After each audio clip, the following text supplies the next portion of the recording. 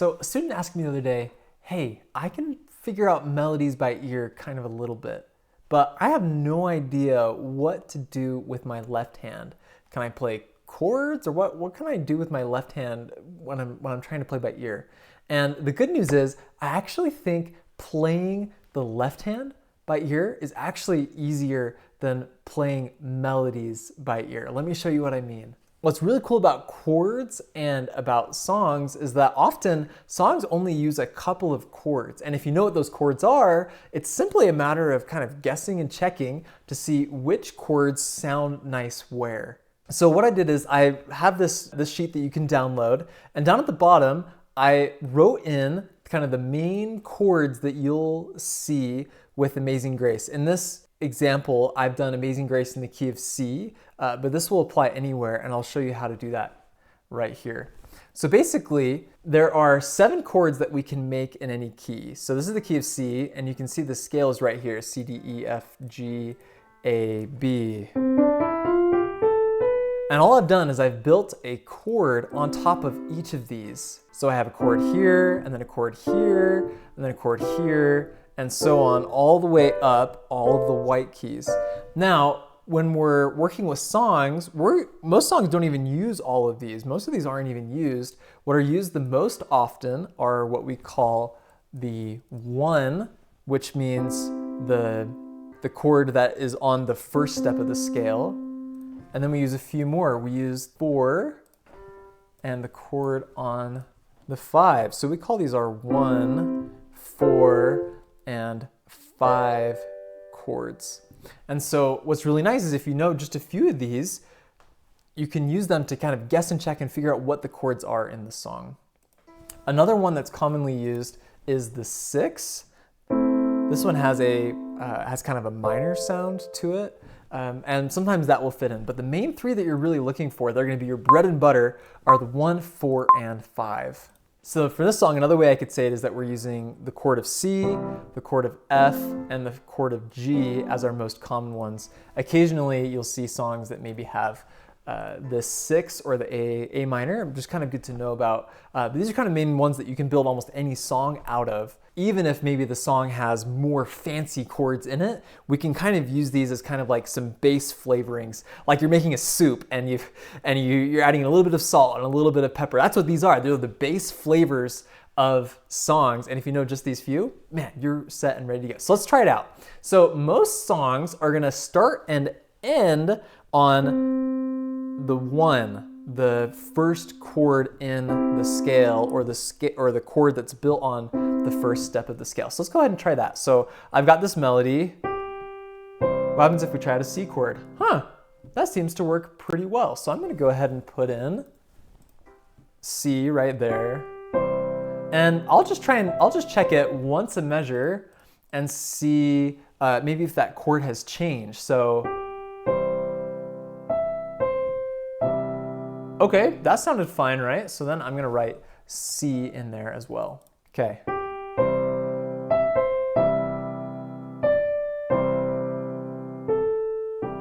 Okay, so I tried to play the rest of this line with C, and did you notice how this measure didn't sound quite right? So we gotta try one of the other ones. So if I scroll down to my cheat sheet again, okay, so I guessed that one, and that one wasn't right. Let's go with maybe, just to throw something in that's a little crazy, let's throw an A minor there really quick. So we've got,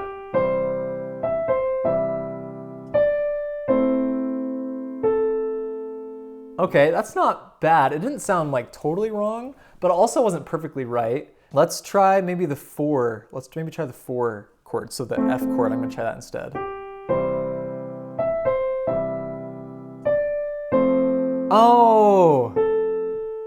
Okay, that sounded right. That sounded much more right. Did you hear that? You can kind of hear it. Like it just sounded right. I'm not listening for anything fancy other than does it sound good or does it sound bad? Now, the 4 chord did not sound good on, that did not sound that great. So we got to figure out another one. Now in this case, I can do a little bit of educated guessing. I don't have to blindly guess every time. In this case, I see that I have a G in the right-hand melody. So it's totally worth trying out, let me try a chord based on G and see if that sounds right. So we've got, Okay, that sounded good to me. That sounds just fine. So I'm gonna write in G, and I suppose here, instead of writing in 4, I should just write in F. Cool.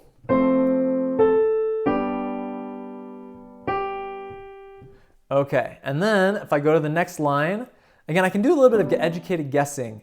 This is the same notes in this measure as was in this measure, so this one's probably a C again. Let's try that out.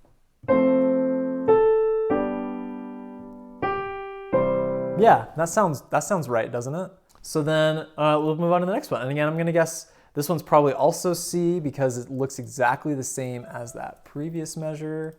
And then again, here I have another G that shows up. It's a very good chance that there could be a G in this as well. So let me start here at measure 6.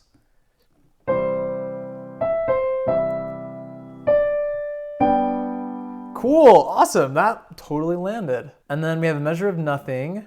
So often that will just be whatever chord is left over. So I'm just gonna keep G going there. And then, okay, now let's try doing G here again, just because now there's still G in the melody, right? So, oh dude, that does not sound right at all, right? So maybe we go back to C. Let's try that. Ah, okay. Yeah, that sounded good, didn't it? Da, da, da, da, da, da. Okay. Okay, another C. This song has lots of C, as you can see. Holy cow. Okay, so now, what do you notice about this measure? Let's do some more educated guessing. So when I tried to play C on that totally didn't sound right? And so what I should do is I should look at maybe this main note and see, are there any of these chords that have an A in it? So the C chord doesn't have an A in it, and so it makes sense that maybe that doesn't sound quite right, because if you put an A in a C chord, that A and that G are going to kind of rub together. So you can actually we can kind of assume that a C probably isn't going to fit with that chord just based on that. Okay, so what if we tried F chord? There is an A in that chord, isn't there? Right there in the middle. So we could try F.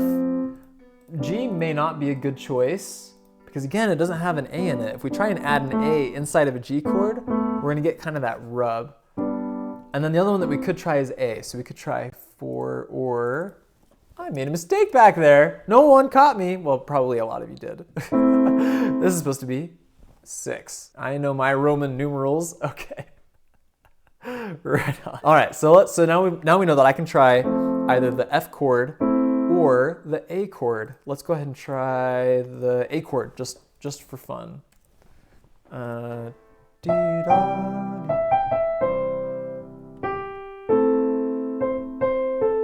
it doesn't sound wrong, but it doesn't sound quite right, does it? So let's try F instead.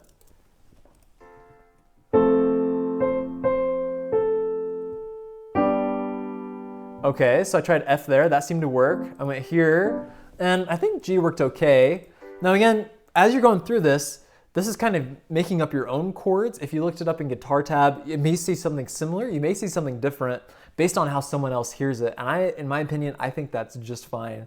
Obviously, if you wanted to play with another group of musicians, you would want to get on the same chords that they're playing. But just for our purposes, with just trying to figure out a melody with chords, this works just fine. But just for fun, I want to put in an A minor just in context and just kind of see what happens if we play this whole line there, because it did work with this measure, but maybe it didn't sound perfectly right. But I just want to explore what happens if I do that in this line, because I think it's kind of fun.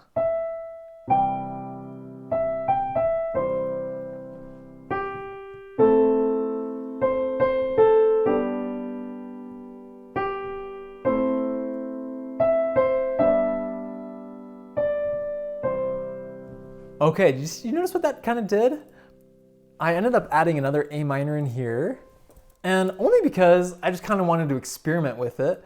It didn't sound like Amazing Grace like we normally play it, but I thought it sounded a little bit more interesting. I thought it had kind of a different flavor to this, and this was kind of fun about as you figuring out these chords that can go with melodies, is that sometimes you'll find chords that kind of spice things up. They kind of make things a little bit more interesting. And especially with old songs like this, I think it's really fun to try and put your own spin on it and find chords that still sound good to you, but maybe are a little bit unique or unusual. And you'll discover those as you work on guessing and checking and trying to figure out what kind of chords will fit here. So this isn't really how Amazing Grace would go, but maybe in Sylvan's version it would be. So I'm gonna go back here. Let's try F there and see what we get. So I'm gonna start from this measure.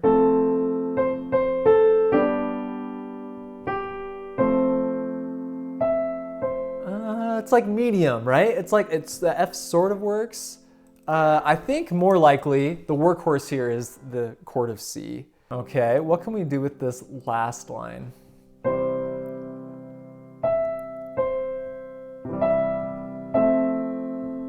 There's a lot of things that we could do. The boring way to do it would be maybe stay on C. And then maybe on this last note, often you'll find that the second to last chord before the song ends, especially in hymns, is gonna be the 5 chord, is gonna be G. Its job is kind of like to send us home after we've finished playing everything. It's always comes in the second to last spot, which is really interesting. So I'm gonna try this out and kind of see what we think of this.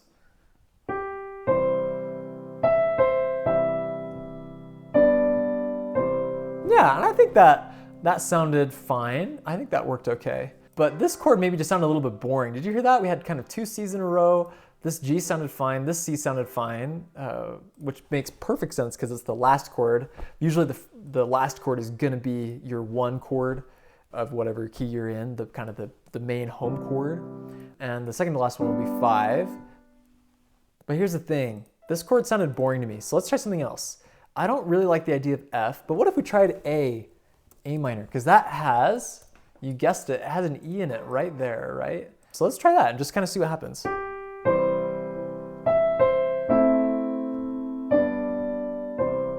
Now, I don't know if that's right or wrong necessarily, but I thought it sounded a lot more interesting, didn't you? It just has this like little moment of, I don't know, would you call it peace? It has a little moment of reflection.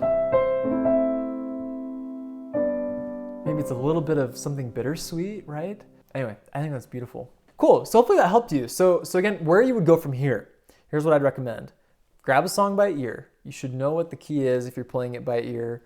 Often it'll be whatever the last note is. We'll often tell you what key it's in. And then all I'd simply do is whatever key you're in, if you're in the key of C, D, E, or F, write out all the chords that are possible within that key. And then kind of circle your 1, 4, and 5, and maybe your 6 if you really want to get excited. As obviously I do. And then you have your chords to kind of guess and check from. And as you do this, you'll start to get better at educated guessing, right? You saw how as we were going through, I was able to say, oh, okay, hold on, there's an A in that melody. That means C is probably not gonna go with it. Let me find a chord that has an A in it, right? Really simple, educated guessing. And you're gonna get better at starting to sense, okay, I'm sensing that a chord is moving here. Or I'm sensing that, oh, I feel like this sounds more like a 5 chord. Right? You'll start to develop an ear for this, but it's not until you start exploring it and just trying it that ear actually develops. You can't just theorize your way into having a good ear. You have to explore. Your ear has to learn the patterns and the mistakes, really, in order to be good at playing by ear. So I thought that was helpful, a good place to start for figuring out chords by ear. Right on. Take care. I'll see you on the next one.